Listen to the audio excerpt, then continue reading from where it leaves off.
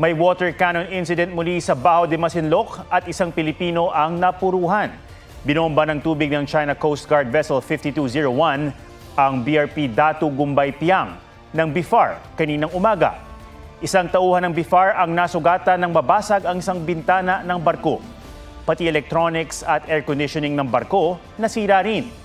May pagkakataon pang bumangga ang BRP Datu Gumbay Piang sa CCG ship nang humarang ang barko ng China. Bukod dito, may Chinese warship din na nagradyo na magsasagawa raw sila ng live fire exercises sa lugar. Sa kabila ng mga ito, ayon sa Philippine Coast Guard, tagumpay na nakarating ang mga barko ng Pilipinas sa Baho de Masinloc.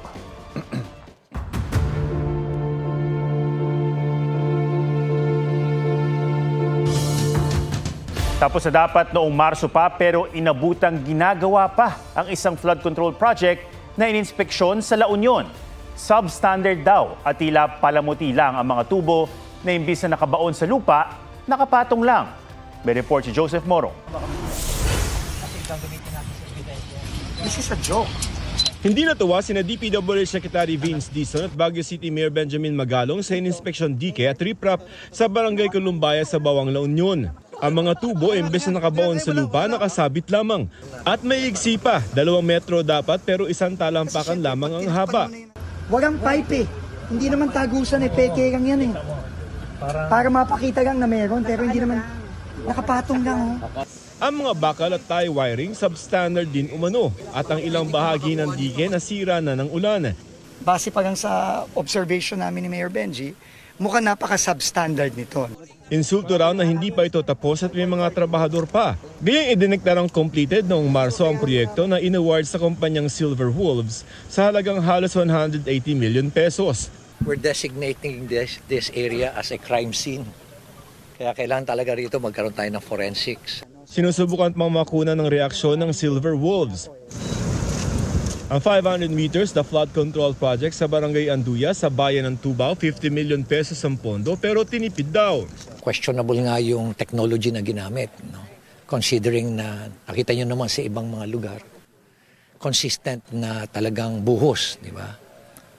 Pero dito, parang stone masonry naman ang ginamit. Bakit hindi consistent yung one? Nagtataka kami bakit hindi consistent yung technology na ginagamit. Ang mga sinuring proyekto pinasuspende na ni Magalong na Special Advisor sa binuong Independent Commission for Infrastructure. Nagpulong ngayong araw ang komisyon sa pangunguna ni retired Justice Andres Reyes. Pina-freeze naman ng Court of Appeals ang 135 bank accounts at 27 insurance policies ng 26 na individual na inireklamo ng DPWH sa Ombudsman. Kasama ang kinadating Bulacan 1st District Engineer Henry Alcantara, dating OIC District Engineer Bryce Erickson Hernandez, dating Assistant District Engineer JP Mendoza, Construction Section Chief John Michael Ramos at 16 na iba pa. Hinarang na rin ang mga bank account ng mag-asawang Sara at Curly Discaya at Maria Roma Rimando ng St. Timothy Construction Corporation, Mark Alan Arevalo ng Wawaw Builders, Sally Santos ng Sims Construction Trading at Robert Imperio ng IM Construction Corporation.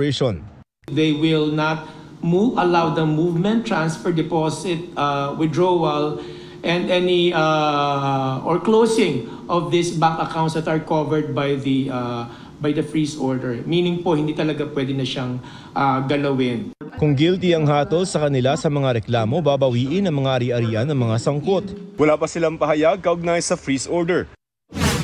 Iniimbestigahan din ng Anti-Money Laundering Council ang posibleng money laundering scheme ng tinawag ni Senator Ping Lacson na BGC Boys o Bulacan Group of Contractors. Matatandang sinabi ni Lacson na posibleng nagsusugal ang BGC Boys para palabasing napanalunan sa kasino ang pera na kukubra sa mga proyekto kontra baha.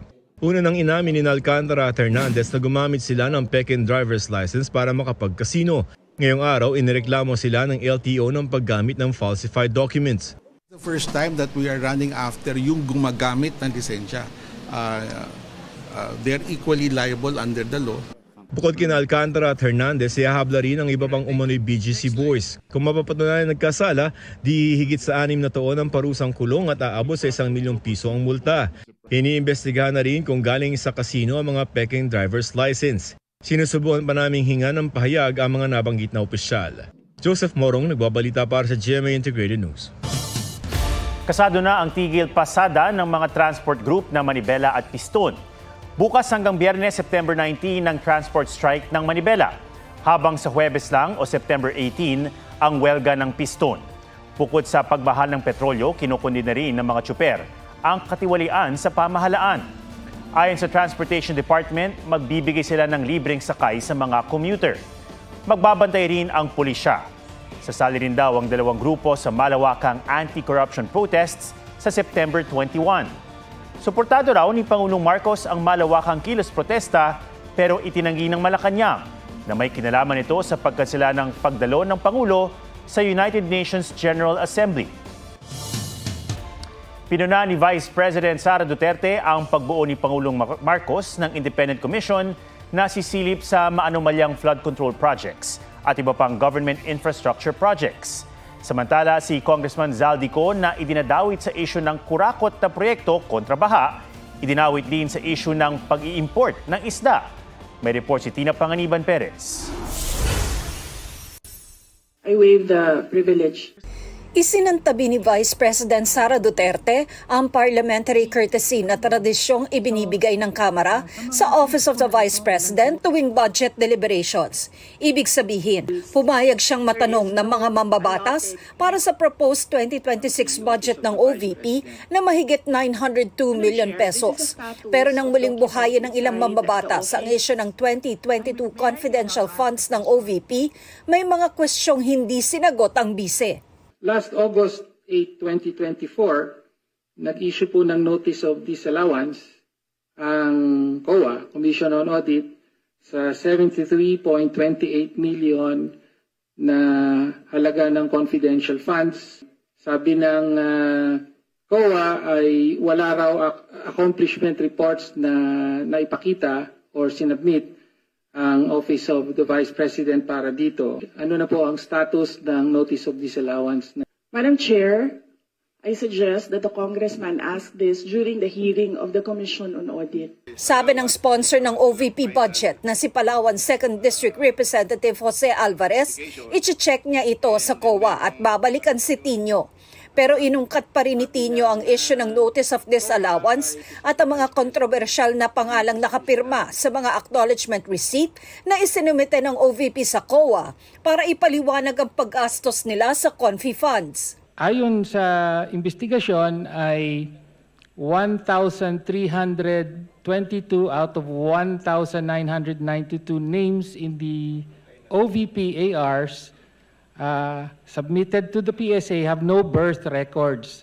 So kasama po dito yung mga pangalang Mary Grace Piatos, Fernando Tempura, meron pang Chel Jokno. The subject confidential funds is a matter in impeachment proceedings, which is archived, but there is a pending motion for reconsideration in the Supreme Court. I cannot discuss defense strategy. I cannot discuss intelligence operations. Nang matanong naman kaugnay sa mga biyahe niya sa ibang bansa, iginiit ng bise na lahat ay may travel authority galing sa Office of the President at hindi galing sa kaba ng bayan ang ginastos. Nang si Kabataan Party List Representative Rene Co ang nagtanong, siya naman ang binalingan ng bise kung kaanak ba niya si Representative Elizalde Co na idinadawit sa issue ng flood control projects at ayon kay Representative Toby Chanco ay nasa likod ng lagpas 13 billion pesos na insertions sa national budget noong 2025. Paano po pinopondohan yung pagpunta, flight and accommodations ng staff and security ng OVP? Madam Chair,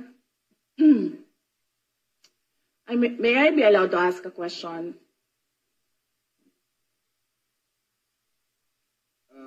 Depende sa nature, Madam Vice President. Yes. Magpinsan po ba si Congressman ko ngayon tsaka si Zaldico? I have no familiar relation po to Zaldico or to Representative Zaldico or any of their relatives po. Kalauna nagpaliwanag ang bise kaugnay sa gasto sa ilan niyang international travels. The total for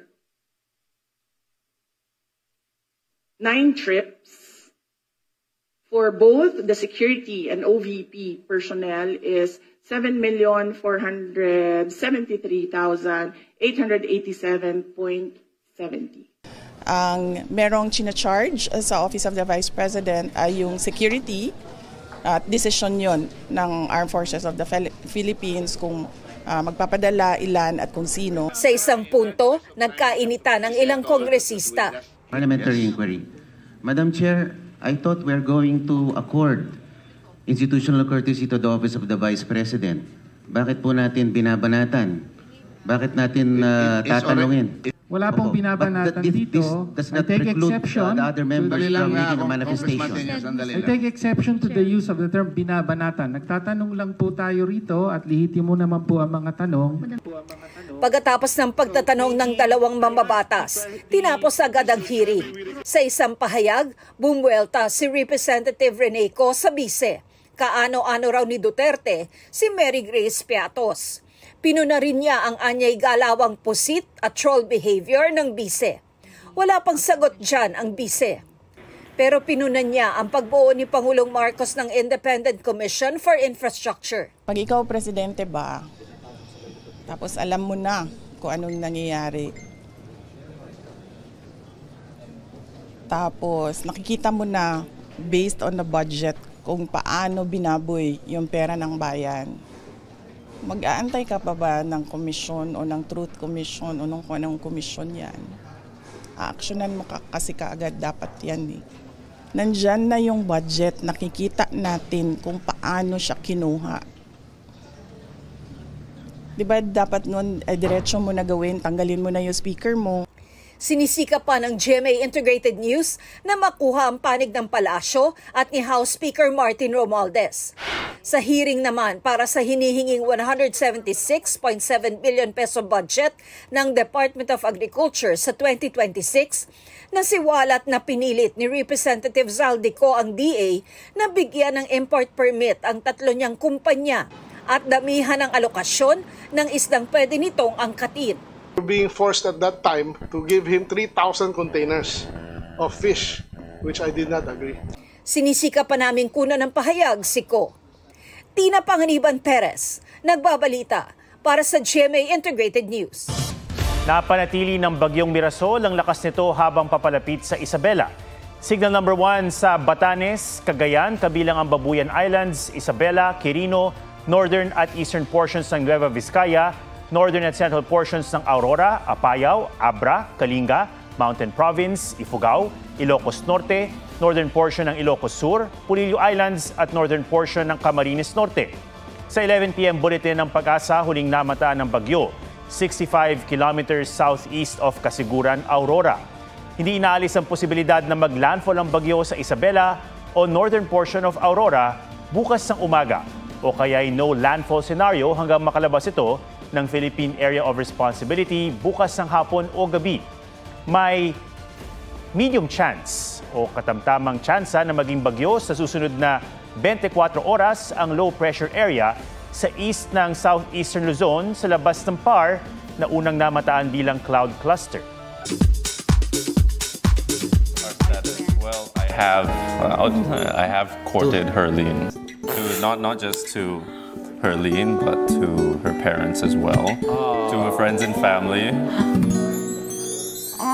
to everyone close to Herlene. Inamin ni Kevin Dasom sa The Bubay and Tekla Show na nililigawan niya si Herlene Budol. Totoo raw ang nararamdaman niya kay Herlene at nanliligaw siya simula pa lang ng taon. Umamin din si Herlene na first time daw niyang maligawan ng foreigner at ipinaliwanag na sa Pilipinas matagal talaga ang ligawan. Pero willing to wait daw si Kevin para kay Herlene. Beating his personal record ang goal pero umuwi ring panalo si Christopher Martin. Second placer siya sa triathlon sa Clark, Pampanga. Ang podium finish dedicated sa kanyang asawa na si AC at ipinagpapasalamat niya sa coach. She bangs! Looking regal as ever si AZ Martinez sa close-up photo na shinare niya online highlighting ang kanyang new hairstyle and of course, her beautiful eyes.